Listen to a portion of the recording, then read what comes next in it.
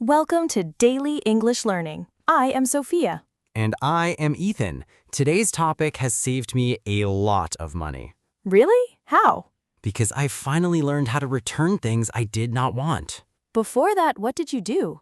I just kept everything, even broken things, even wrong sizes. Ethan, that is so much money wasted. I know, I just did not know what to say in English. And that is exactly why today's topic is so important. We are talking about how to return or exchange a product in English. This happens to everyone. Wrong size, broken item, wrong color. Or you simply changed your mind after buying something. Today, you will know exactly what to say in every situation. No more keeping things you do not want. Let us begin. First, let us talk about the most common reasons people return things. Number 1, the product is damaged or broken. Number 2, the wrong size or wrong color was delivered. Number 3, the product does not match what was described online. Number 4, you simply changed your mind after buying it. Each situation needs slightly different language. But all of them start the same way. How? You approach the customer service desk and say, "Excuse me, I need some help, please." I would like to return this item if possible. Simple, clear, polite, right from the very start. Never walk in looking angry or frustrated. Even if you are frustrated inside, stay calm outside. Calm customers always get better results, every single time. Now let's talk about returning a damaged product. This is the strongest reason for a return. You approach the desk and say, "Good morning, I purchased this item last week." When I opened the box at home, I noticed it was already damaged. The screen has a crack that was not caused by me at all. I would like to return it and get a full refund, please. Notice she explained exactly what the damage was. She also made it clear she did not cause the damage herself. That is very important. Always clarify that the damage was not your fault. What if they ask for proof? They might say, "Do you have the receipt or proof of purchase?" Say, yes, here is my receipt, and here are some photos I took of the damage. Photos are your best friend when returning damaged products. Always take photos of damage immediately when you notice it. Before you even go to the store, right when you see the problem. That is such smart advice. I never thought to do that. Now you will always remember, Ethan. What about returning the wrong size? Very common, especially with online shopping. You go to the desk and say, hello, I ordered this jacket online last week. But when it arrived, the size was completely wrong. I ordered a medium, but this is clearly a large. I would like to exchange it for the correct size, please. Notice the word exchange, not return, because she wants the right size. Know the difference between return and exchange before you go. Return means I want my money back. Exchange means I want a different product instead. Using the right word saves so much confusion at the counter. The staff immediately know what you need and how to help you. What if the correct size is not available in store? Say, if the medium size is not available, could you order it for me? Or could I get a refund instead since my size is not in stock?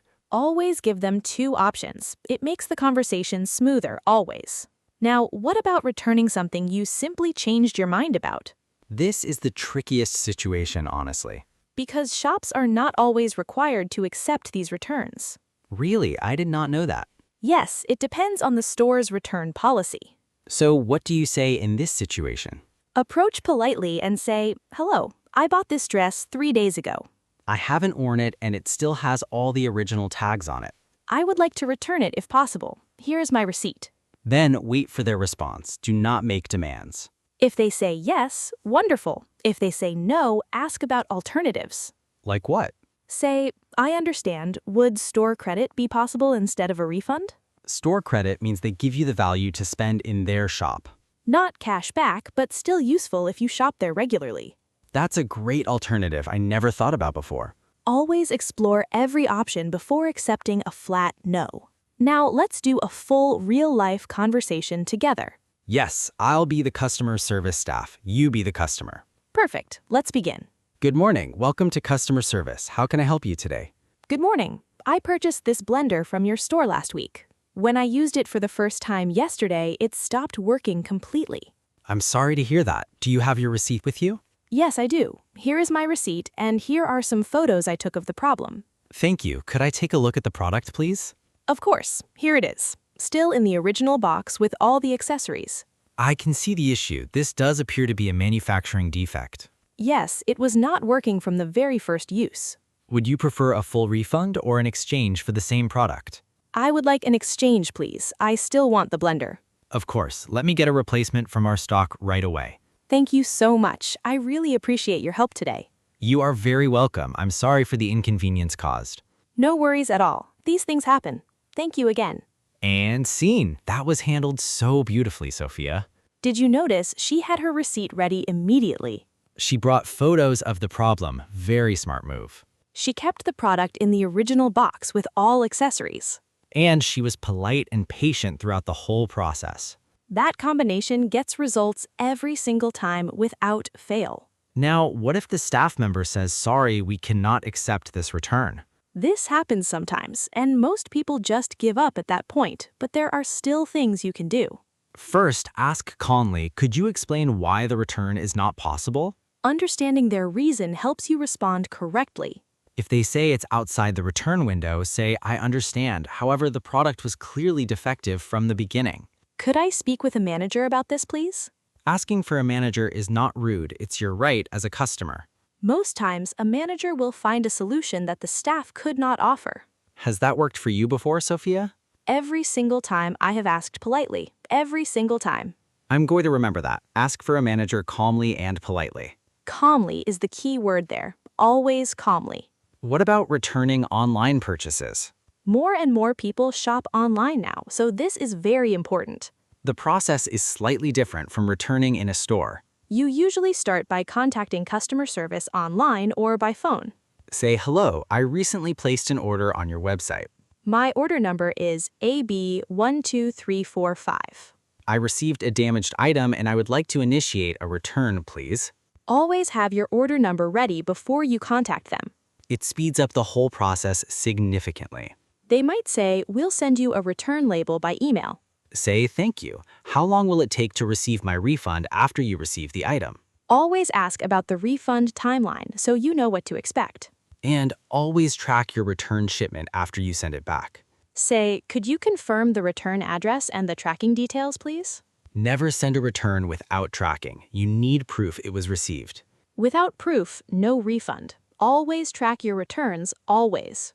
Let's talk about some key phrases to remember always. When you want to return something, say, I would like to return this item, please. When you want to exchange, say, I would like to exchange this for a different size. When asking about refund timeline, say, how long will the refund take to process? When asking about store policy, say, what is your return policy, please? When asking for a manager, say, could I speak with a manager, please? When something is defective, say, this item appears to have a manufacturing defect. And when asking for store credit, say, would store credit be possible instead? These 7 phrases cover almost every return situation you will ever face. Learn them, practice them, use them confidently, always. Let's do our final recap of everything we covered today. First, always stay calm and polite no matter what the situation is. Second, know the difference between a return and an exchange. Third, always bring your receipt and photos of any damage. Fourth, keep the product in its original box with all accessories. Fifth, explore all options before accepting a flat no. Sixth, ask for a manager politely if staff cannot help you. Seventh, for online returns, always have your order number ready. And eighth, always track your return shipment after sending it back. These 8 things will make every return or exchange completely smooth. I'm going back to that store with 3 items I kept for no reason. Finally, Ethan, go get your money back. I absolutely will, right after this episode. Listeners, you have every right to return or exchange a product. Do not keep things you do not want just because you don't know what to say. Now you know exactly what to say in every situation. Drop the word return in the comments right now. And share this with someone who needs help returning something. It might save them a lot of money and frustration today. That's all for today's episode of Daily English Learning. Thank you so much for spending this time learning with us. See you in the next episode. Keep learning and keep growing always. Goodbye, everyone. Go return those things you've been keeping for no reason.